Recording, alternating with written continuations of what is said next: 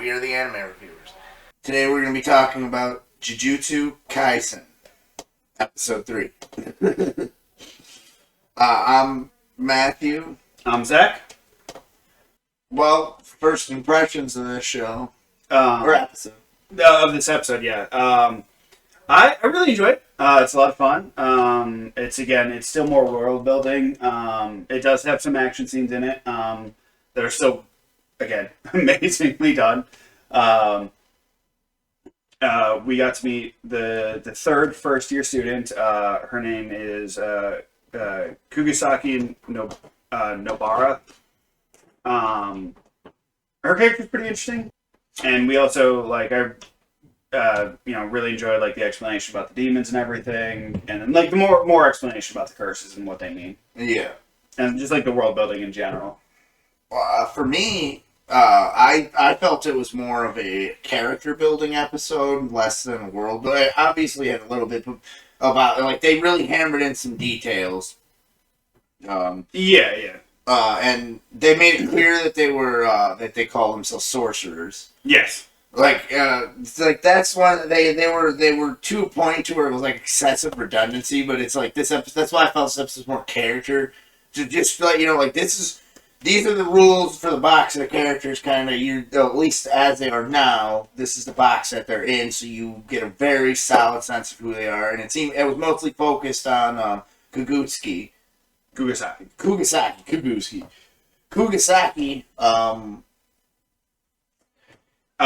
I'm probably going to be referring to her as Nobara because it'll be easier. Is that what they refer to her as in the show? It depends on who's talking.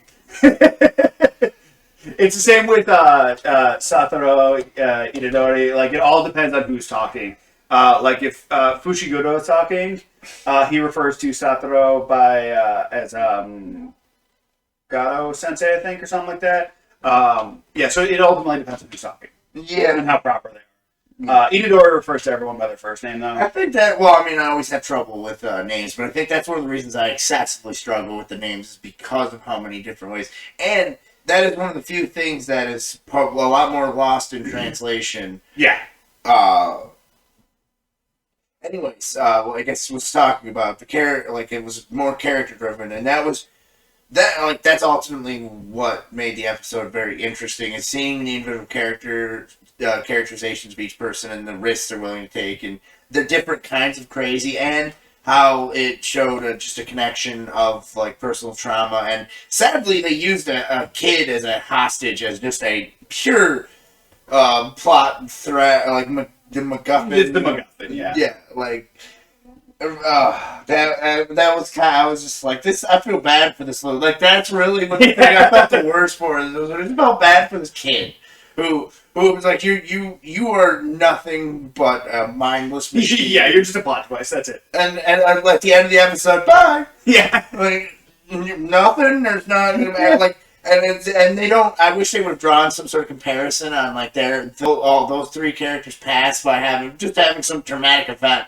Because that kid was in a very... I thought they were going to get rather violent on that kid because of the previous episode, and they're saying how... Yeah. I'm is this thing going to eat him? Am I going to get... Yeah, that's what I thought, too. I thought they were going to kill the kid. But I just totally jumped ahead, but... Yeah. So, that's a memorable moment, so I'm not going to mention that. But it was still absolutely awesome, and it was hard for me to even want to stop...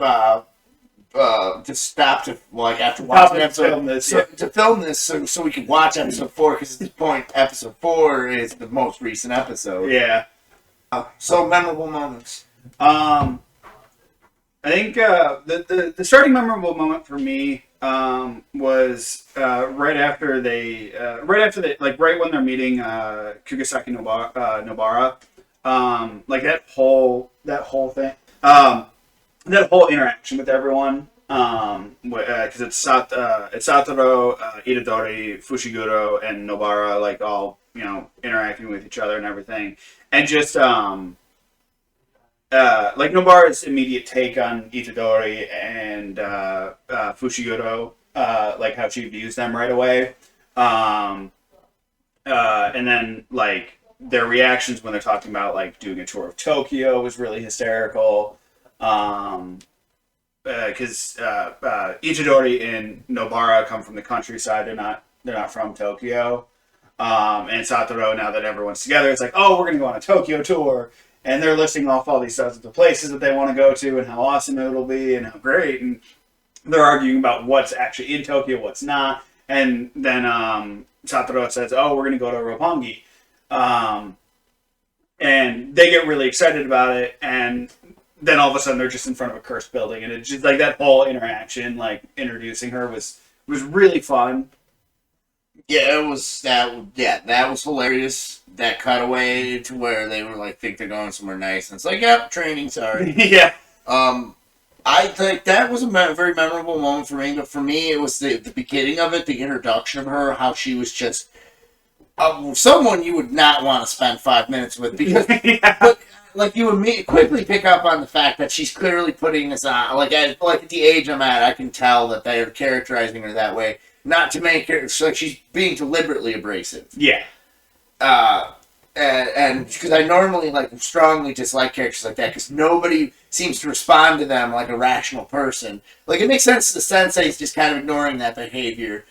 And the other guy, Fugishiro's the blind guy, the blindfold. No, Satoru's the guy with the blind. Okay. So yeah, Fugishiro is just indifferent and ignoring both of them. Where Yeah. But it makes sense for Sagatiro to be kind of ignoring her, but that shows his character, like character, and Itadori responds to her and actually kind of fires back at her. Yeah. But then she'll do something kind of clever that made me like her. Like she wouldn't be like absolutely horrid. She was. Like, she didn't like him because, like, it was like she immediately announces not liking him, but then she behaves just like him. Yeah. It's just, she just has this defense of, like, being awful to people to where where Itadori is just a very impulsive person. Yeah. And it's, so then they, like, the next, what you got, like, yeah. That's what I really focused on in that moment, was just that introduction of them. Okay. Yeah. I definitely got that. I definitely got that. The next memorable scene is what immediately follows that with the cursed building and the field study for me. Because it's Satoru's explaining basically the rules of it, and it's Itadori and Nobara are the only two going in. Itadori is not allowed to let out Sukuna, because Sukuna will immediately get rid of all the curses, but also draw everything in towards him, and draw people in, and he's basically implying that if he lets out Sukuna, like, yes, the curse that they're going to exercise will go away, but Sukuna will probably try to go on a rampage or something violent. He outright says, like, if you let Sukuna out, you're going to get rid of the curses, it's going to solve your immediate problem, but then a lot of people are going to be in danger. Yeah. And probably die. Yeah. Like, they make it very clear people are going to die. Yeah. So he gives him... He does. Yeah, so he gives him... and it's the first time we're seeing it properly, but a cursed tool. Which I love the name of it because it's called Demon Slaughterer.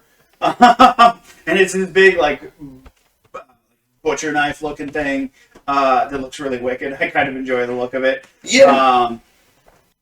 Just like how Itadori and Nobara go about like investigating the building, like 'cause, Nobara has this very like, I'm just gonna walk places, like she's walking carefully, but she's walking with a purpose. Whereas Itadori is like trying to like stick close to walls, peek into rooms, like doing all this like pseudo stealth thing, where she's just sort of walking calmly. And I love seeing the difference in experience in dealing with curses, because as we find out, like she's actually someone that has had her curse powers for a while and has used them on curses out in the countryside, whereas Itadori, as of like I think maybe a week ago, was a normal person. Yeah, that was a long time.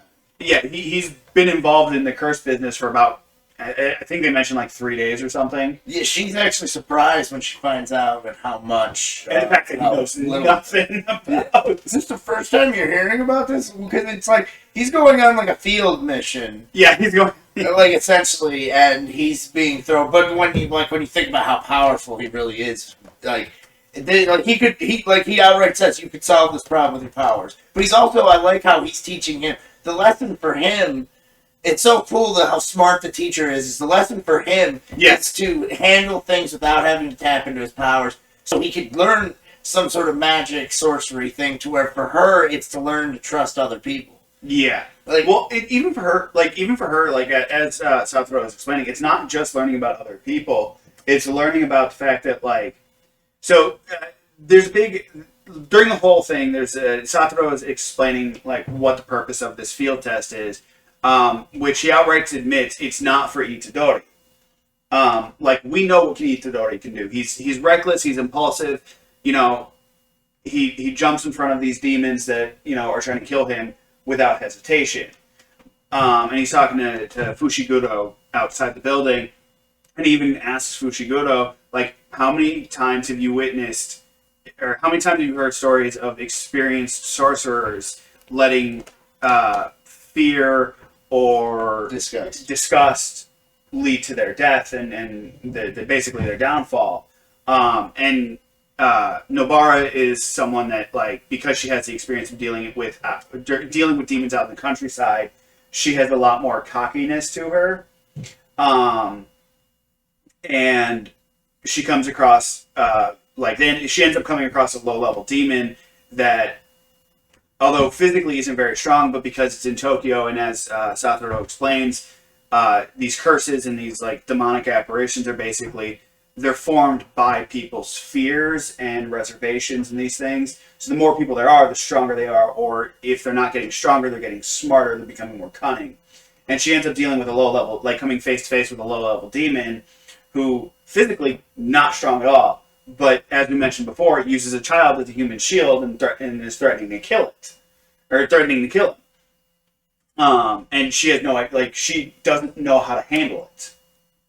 So I think that's really interesting, is the fact that the field test isn't for Itadori, because they know what Itadori's response is going to be. It's going to be to take action and do something. He's not paused by fear. He's not paused by the disgust of these creatures, but they're trying to find out if she will. Yeah. That's double that. I can see that too. That makes it. Well, they establish him as that's what I say. And it just kept anyway reinforces what I was suggesting about the episode. Yeah. Of why I felt that way. Of how it's really show, like you were saying, it's world building. It's just apples and oranges. But it just how that shows how just the layers of what he's doing and how awesome he is. Because I didn't even actually think about that aspect of it. He's testing out just just trying to get to know her. Yeah. On how she, because they don't even tell you outright. It's just him talking about it to his other student who he's also teaching. Yep. Yeah. But doesn't need a field test like this. He needs to learn how to know his peers. And also how to because he obviously is very in some way has some pretty serious skills. Yeah, I think it's not just trusting his. I think you are right. I think. Well, not trusting, but just no. I actually think you're right. I think it is he's got to trust. Satoru's basically showing him how to trust his peers, because Fujiguro constantly goes, "Oh, I should go in there," or when the demon's trying to escape, he's like, "Oh, I'll exorcise it," And Satoru is like, "No. You need to sit on the sidelines. This is about them, not you." Well, and the way he does it is, it's so wise, where he's just oh, wait a minute. Yeah. He's not telling him don't. Right now, he's just saying, give it a little bit of time. Yeah, give him a moment to respond. Yeah, and is he, that's one thing I am confused about. Is he an advanced student? Fushiguro? No, he's just been there a lot. I think he's a first-year student as well. I just think he's been there longer. Because that was something that did confuse me, is whether or not he was the first year, or was there a third first year that they hadn't introduced? I think he's a first year. Oh, yeah. Well, because they are their dorms are going to be right next to each other, and there was 3 doors. They didn't show a 4th door. So I believe that's the ending of this episode.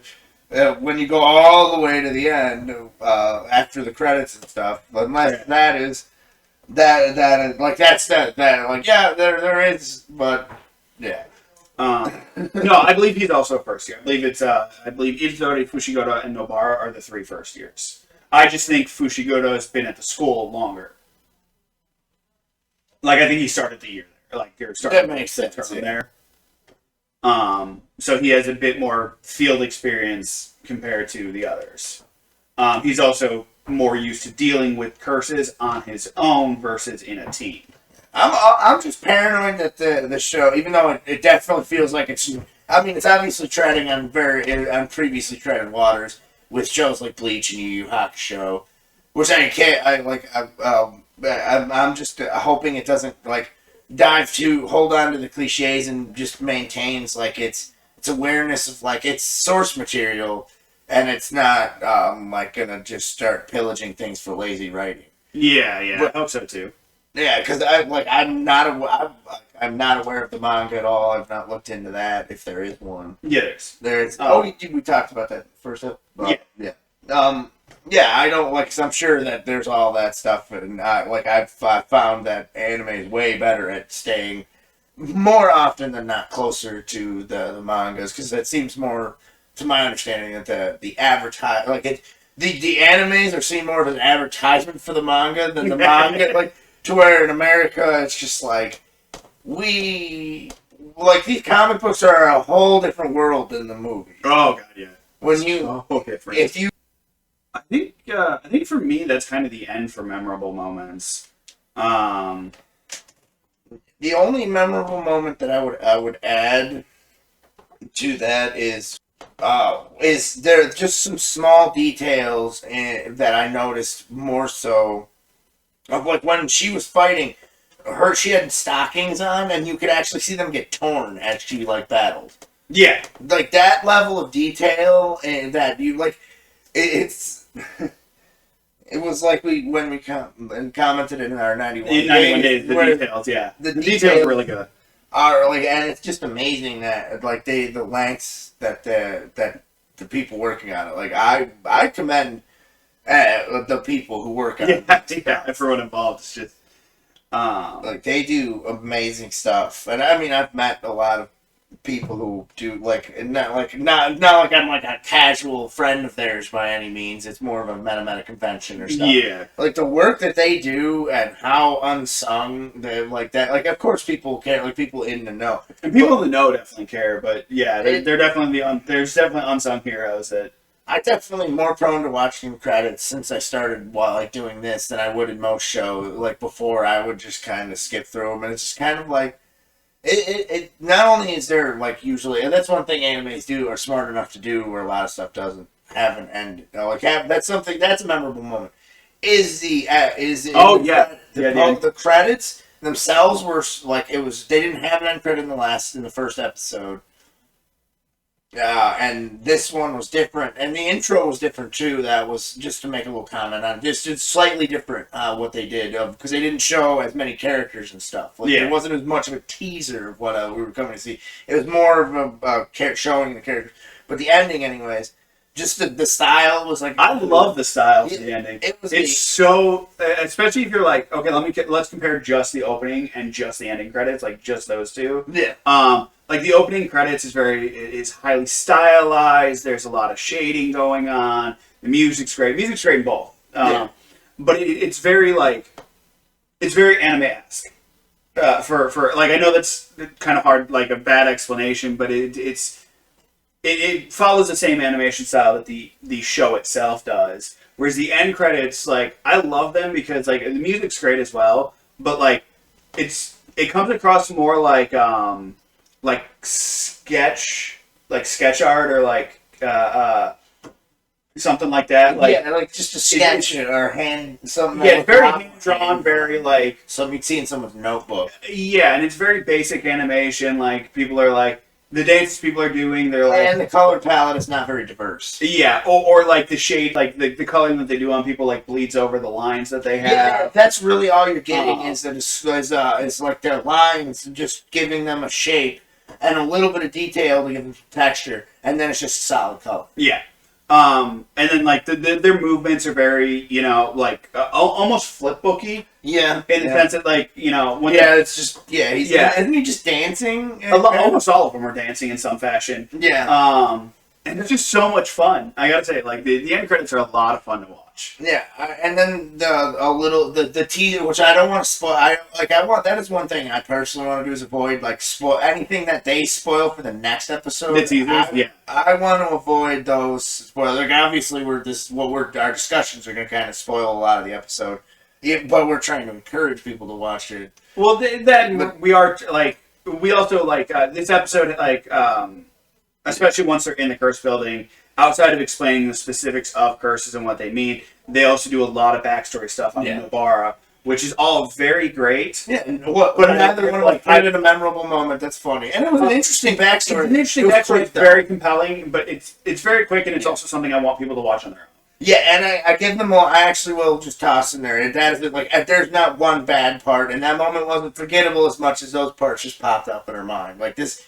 Yeah, the ending, just to clarify, the ending, the spoiler part was actually, made me want to keep watching. Oh, yeah. It was awesome. But, the final thoughts of this. Final thoughts, I think it's a great show. I'm going to continue watching it. We did do a brief discussion before we filmed this. We're probably, it sounds like we're in agreement to continue doing these, episode by episode basis for this show, and I'm really excited for it. Yeah, I'm actually. I'm getting real hyped for this show, especially since we're gonna watch it as it comes out and film it right as it's coming out. Where none of the other shows we've done so far do that. Yeah.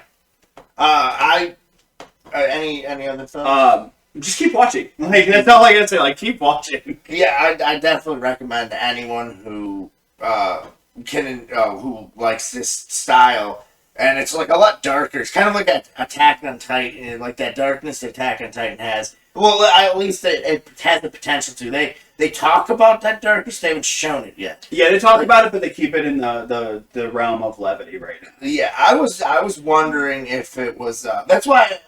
That's actually why I started to think of Yu Yu Hakusho as well as Bleach, where it was actually because there's dark overtones and dark things in there, but there's nothing as sadistic as the world that they speak about. You can tell they're through those shows that there's in a dark world, but they don't do a good job of really showing you how the real horse were Attack on Titan. They really don't. Attack on Titan goes into it 5 minutes in episode. And they make you I had a mini stroke when I thought they had when Eren got eaten by the Titan, and that's what I was when that kid was getting held. That's what it reminded me of. There was that kid. If they eat him, I'd be like.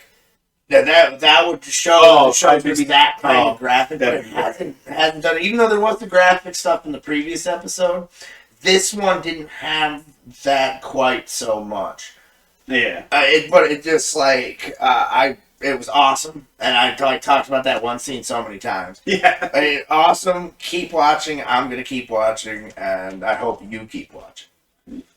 Us. Yeah. Thank you. Have a good one. Thank you for watching. I hope you enjoyed. Don't forget to like, comment, and subscribe. And hit that bell icon for notifications. Also follow us on Twitter and Facebook. Links in the description down below.